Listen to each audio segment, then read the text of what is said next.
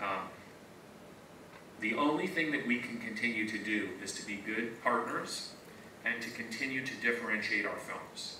And so it ultimately, in terms of that differentiation, all goes back to our secret sauce, that slide that I have. Chris Nolan, he shot 30 minutes of The Dark Knight with IMAX cameras. The only way you could have that experience of the aspect ratio opening up to 1:4:3:1 was in an IMAX theater.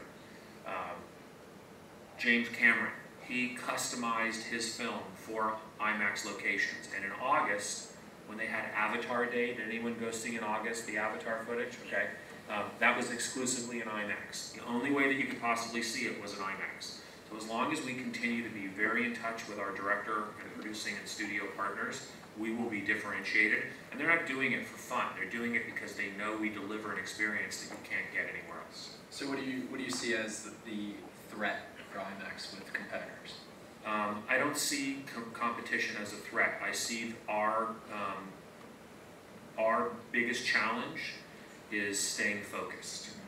If we start believing that every movie is appropriate for IMAX and every movie should be 3D, and instead of having 15 or 16 movies, we're having 30 movies, we're ruined. IMAX is a unique, special experience. It's a premium experience. You don't want to have steak and lobster every day.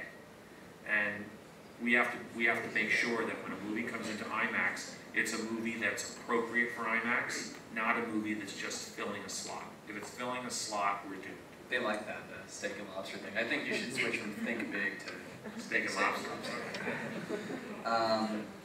Another question, how is IMAX keeping up with the growing studio demand for IMAX premieres of their films? It's an issue. It's really an issue. We say no to a lot more movies than we say yes to now. And not long ago, we were begging for every movie we could get. And it switched at a certain point.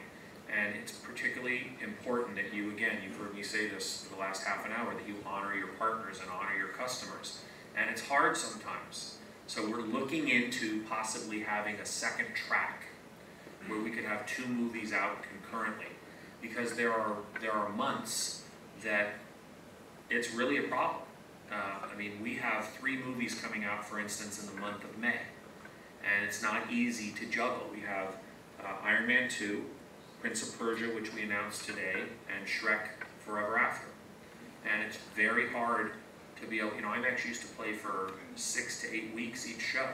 And now we have Toy Story 3 is coming out for 12 days in IMAX. And we'd love to be able to play it longer, but we made a commitment to Twilight Eclipse, which comes out on June 30th, and Toy Story comes out on June 18th. So having a second track is something that we haven't committed to, but that we're exploring. And I think we have to be very, very careful to make sure that that we don't get ahead of ourselves. You were talking about during your presentation about how 2010 is about managing the success, primarily of Avatar, riding that halo. Could you talk about beyond 2010?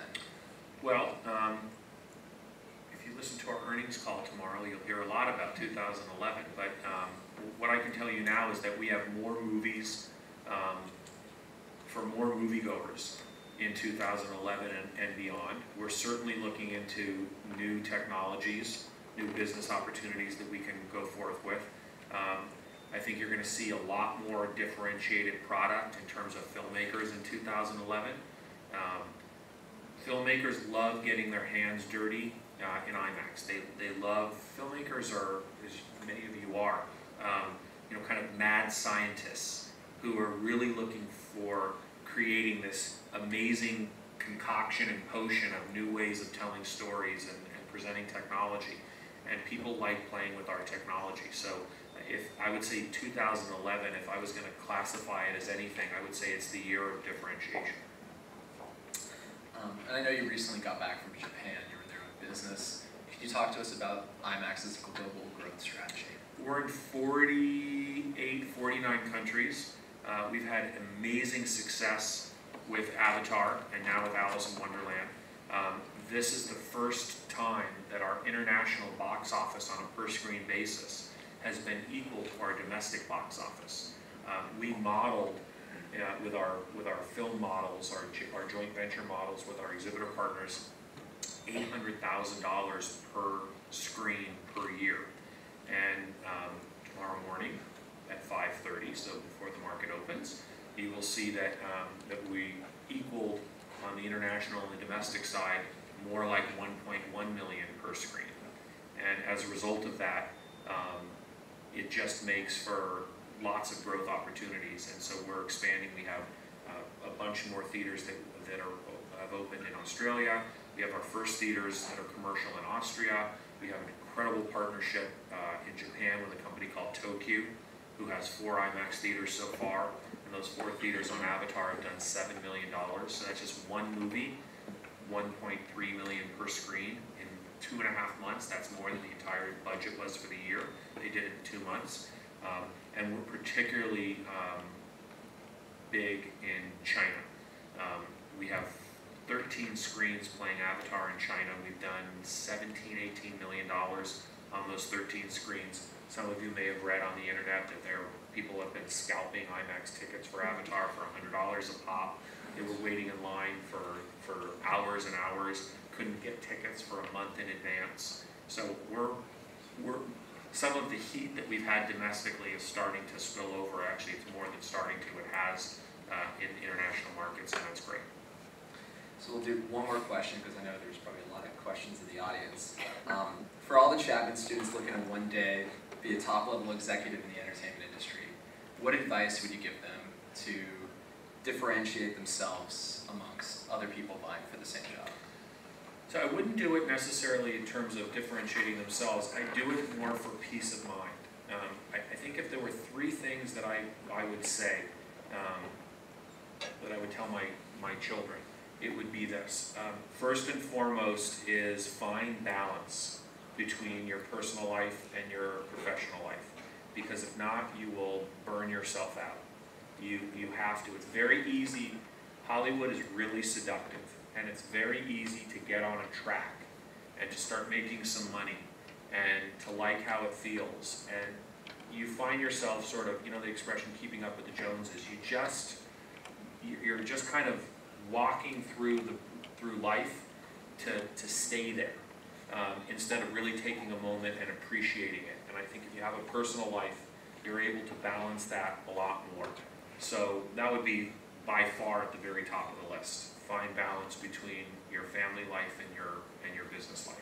The second thing is a very unpopular thing to say, and it's particularly unpopular with people who really believe in themselves.